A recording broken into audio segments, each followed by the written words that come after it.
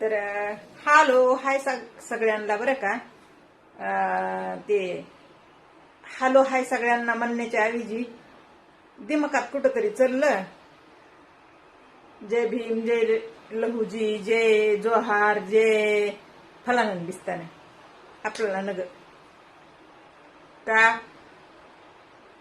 नग याचा अर्थ आमच्या मनामध्ये महामानवांचा, महापुरुषांचा कुठलाच कोणत्याच प्रकारे आम्ही आदर करत नाहीत. अरे कशाला ते चार चौघामध्ये दाखवून देणं, पब्लिसिटी करून घेणं, ते फक्त स्वतःसाठी असतंय. कळलं का? तर मी बोलत नाही बरं का अशा मुद्द्यावर, तुम्हालाही माहिती आहे. पण कधी कधी मला बी येडी येत या. काय रे बाळा, आ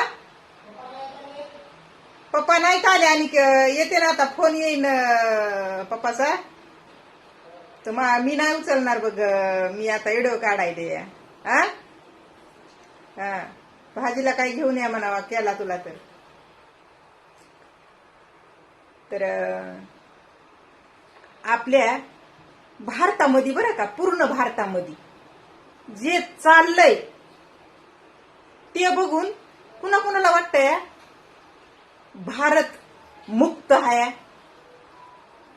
म्हणजे आझाद आझाद म्हणते त्याला, आहे का नाही? आझाद भारत झालाय. नाही, त्या बाहेरच्या देशापासून आझाद करणाऱ्यानं केला असेल बरं का, महापुरुषानं.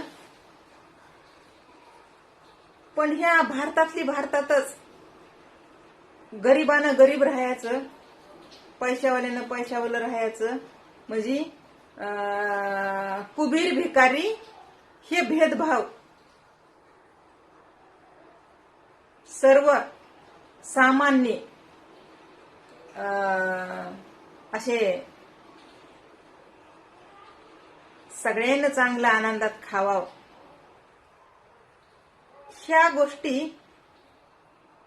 जे आपण आजकाल बघत आहोत सोशल मीडियाच्या द्वारे, त्याच्यावरून वाटतंय का हो कुठंतरी की बाबा हा भारत डिजिटल झालाय, पुढं चाललाय. गोर काय, गरीब काय, श्रीमंत काय, पैशावाला काय, भिकारी काय, आणि त्याच्यापेक्षा अजून एक जातीवाद.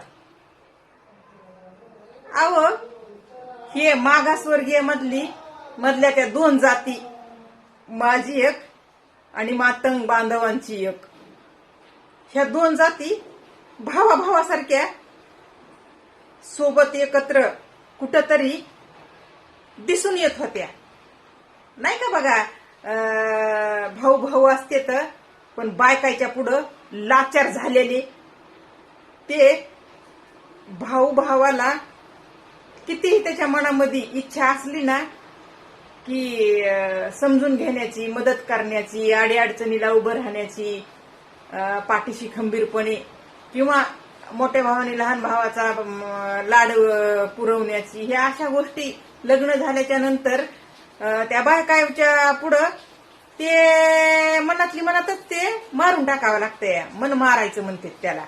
हा भावाभावामध्ये ते थोडा का होईना पण कुठंतरी एक दुरावा आल्यासारखा जाणवतोय का नाही प्रत्येकाला? हा मन मोकळेपणानं थोडी ना भाऊ भाऊ राहतात. पुन्हा लग्न झाल्यास आपले आपले लेकरं बाळ, संसार, ज्याची ते संसाराला लागतंय एवढी काही कुठं वाटत नाही तेवढी खास जागा भावाभावाची, बहीण भावाची. तर त्या प्रकारे का होईना पण ते नातं होतं बरं का, माझ्या जातीचं आणि मातंग बांधवांच्या जातीचं, की बाबा लाजकाज का होईना पण एकमेक सोबत असल्यासारखं दाखवून देत होते.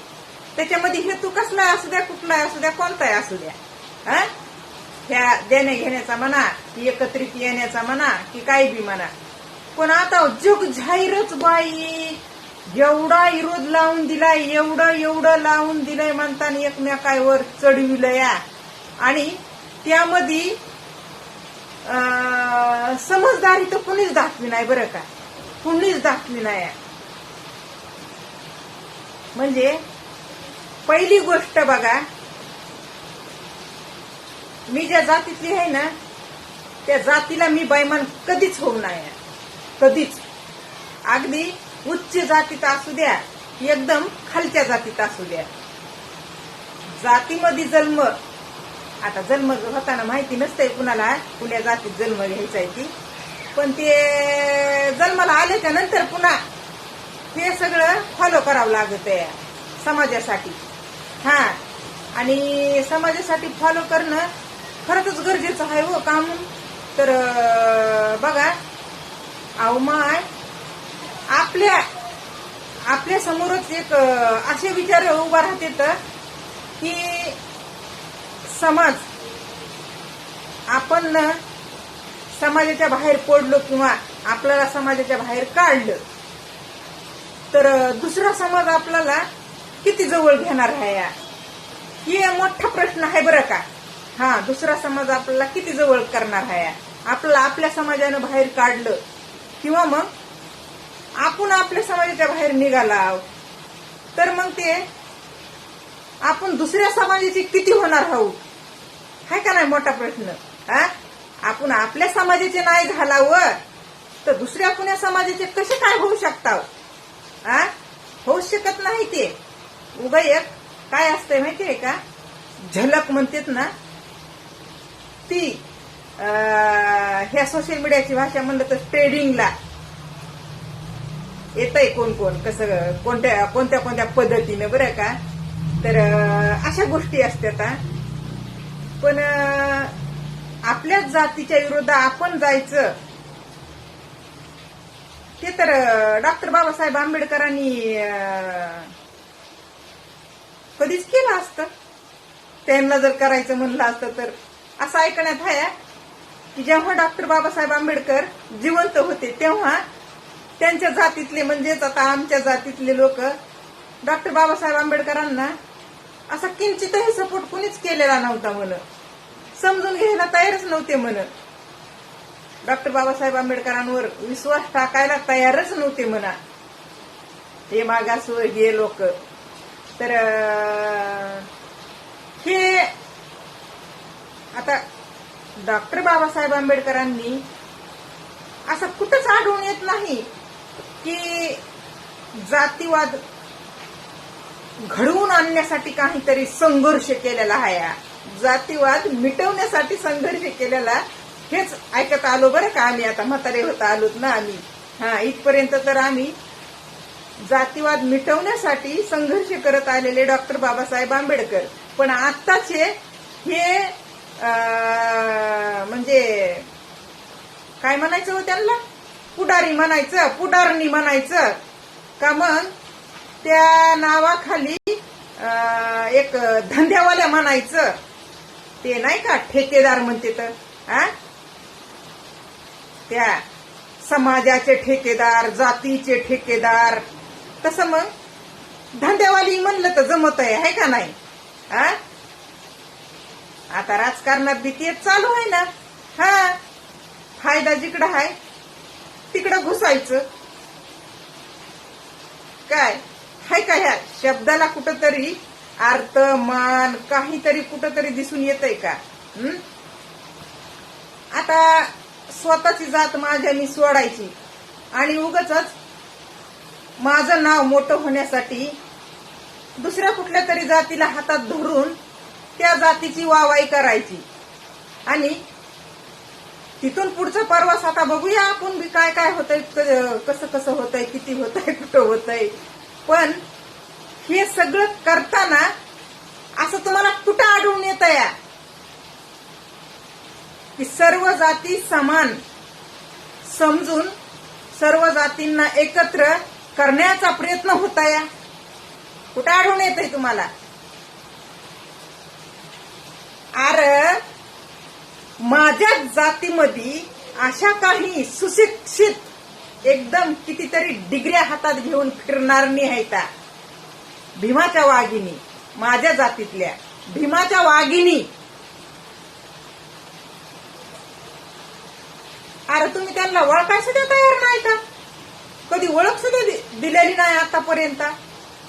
जातीतल्या भीमाच्या वाघिणी, भीमाच्या खऱ्या खुऱ्या भीमकन्या, अरे तुम्ही त्यांना ओळखता का कधी?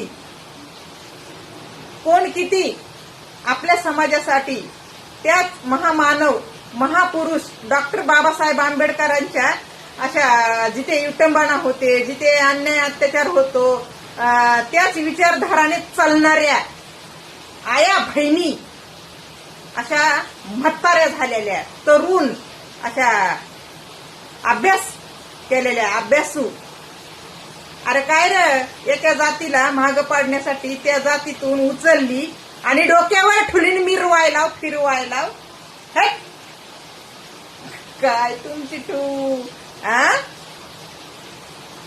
ह्याला म्हणतात का सर्व जाती समान? अरे जातीवाद तर तुम्हीच तुमचा करायला, कळलं का? कशाला उगाचच त्या ढोंग करून त्या ह्याचं लबाडाचं पांघरून म्हणजे पांघरून घ्यायला.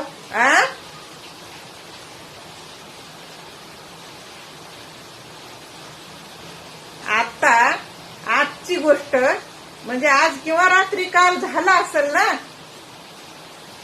ते उपोषण, आणि त्या उपोषणाला कोणत्या पद्धतीने वळण आलं या, कोणत्या पद्धतीने? आता मला सांगा तुम्ही, अशी कितीतरी उपोषण असं म्हणजे हे गांधीजींनी केलेलं एक ऐकण्यात आहे बरं का आमच्या, की गांधीजींनी हट्ट धरला होता आणि तेव्हा डॉक्टर बाबासाहेब आंबेडकरांना ते मान्य करावं लागलं होतं. तर डॉक्टर बाबासाहेब आंबेडकर असं काही आडून बसले असते तर मग ह्या गांधीजी आहे ना त्यांच्यासारखं कधी झालंच नसतं. पण डॉक्टर बाबासाहेब आंबेडकरांनी सर्वांचा फायदा केलाय का स्वतःचा फायदा केलाय? निघाले तर आता जातीचे ठेकेदार धंदेवाले बनायला, स्वतःची पोळी भाजून घ्यायला, स्वतःच्या लेकरा बाळायला मोठं करायला.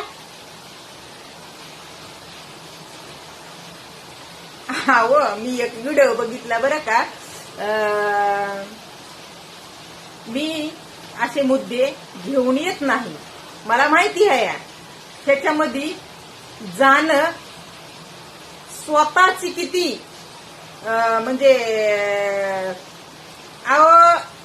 स्वतःचा फक्त वापर होतोय, वापर होतोय ह्या गोष्टीमध्ये. अशा गोष्टीमध्ये ना स्वतःचा वापर नक्कीच होतोय.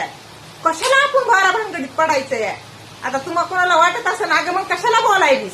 अरे कधी कधी बोलावं लागतं र, आहे अधिकार तेवढा, कळलं काय? म्हणजे आता बघा, नाव नाही घेतलं, ज्या माझ्या जातीतल्या त्या दलालांनी एका दुसऱ्या जातीला महाग खेचण्यासाठी त्यांच्यातली उचलली आणि डोक्यावर ठेवली. ती काय म्हणते माहितीये का? ती म्हणते कुत्र्यासारखं खालीमान घालून जगा. कुत्र्यासारखं खालीमान घालून जगण्यासाठी बाबासाहेब आंबेडकरांनी असे म्हणजे आपल्याला शिका, संघटित व्हा आणि कुत्र्यासारखं खालीमान घालून जगा, खा आणि राहा, हे शिकवलं का रे बाबांना? छिची छिची छिची. आणि काय जय जयकार, काय पुरस्कार, काय म्हणजे अभिनंदन. ह्याला म्हणते तर खऱ्याची दुनिया नाही, खोट्याच्या पंक्तीला बसणाऱ्या औलादी. आणि जे कोणी त्यामध्ये सामील होतं ना त्यांना एकदम तंतोतंत माझे हे शब्द लागू होणार. जर असेल हिम्मत तर ना तुम्ही काय करा, तुम्ही पुन्हा तिथं जाऊन तुमची घासून घ्या. माझ्याकडे जर आला ना तर मग तुम्हाला भीमाच्या वाघिणीचा कसा टोला असतो ना, मग कळेल. कळलं का? तुम्ही कुणाही जातीचे असू दे, अगदी माझ्या जातीतले. मी माझ्या जातीतला म्हणजे असा एकही माझ्या जातवाला माझ्या आयडीवर येऊन काहीतरी भुकतो आणि मी त्याला अशीच म्हणजे हा हे माझ्या जातीतला आहे आणि जाऊ दे, ते भुकतोय ना माझ्यावर तर भुकू दे. अरे का? तू कुठल्याही जातीतला असू दे, तू माणसासारखं जग ना. हा, एवढं आपण आपल्या जातीतल्याला सुद्धा नक्की सांगू शकतो. कळलं का? पण त्यासाठी पूर्ण जातीचा ते तिरस्कार, ते विटंबना ठेव कशाला? जेवढी तुमची जात आहे तेवढी माझी पण आहे. मी पण त्या जातीत जन्माला आले. जातीचा अभिमान असायला पाहिजे ना. जातीचा अभिमान असायला पाहिजे प्रत्येकाला. ते कुठल्याही जातीचा असू द्या, किती बी खालच्या नीच उच सगळं ज्याची त्याला. पण ना असू द्या, जाऊ द्या. तर का नाही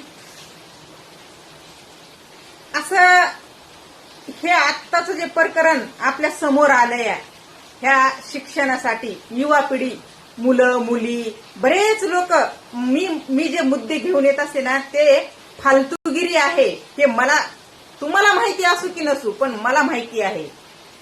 मी जे मुद्दे तुमच्या समोर मांडते ते एका प्रकारचं ह्या सोशल मीडिया, सोशल साईटवर, ह्या सोशल साईट सारखं ते म्हणतात ना, कुंत्र्याला चगळलेली हड्डी टाकली तरी बी ते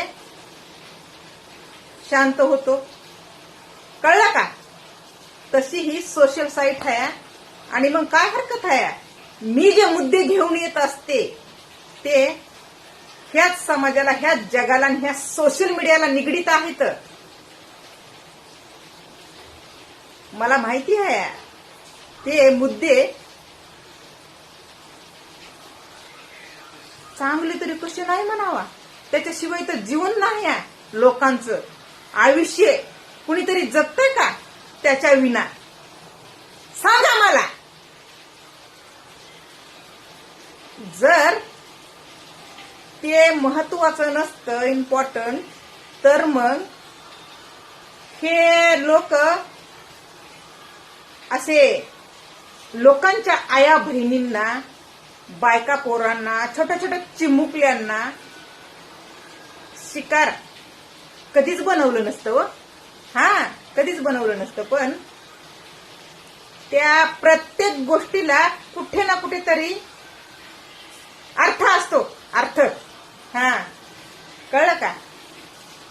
तर मी मुद्दे घेऊन येत असते ते सोडा. कळलं का? ती फालतूगिरी मी जाणून बुजून जाणीवपूर्वक करत असते. त्यामध्ये असं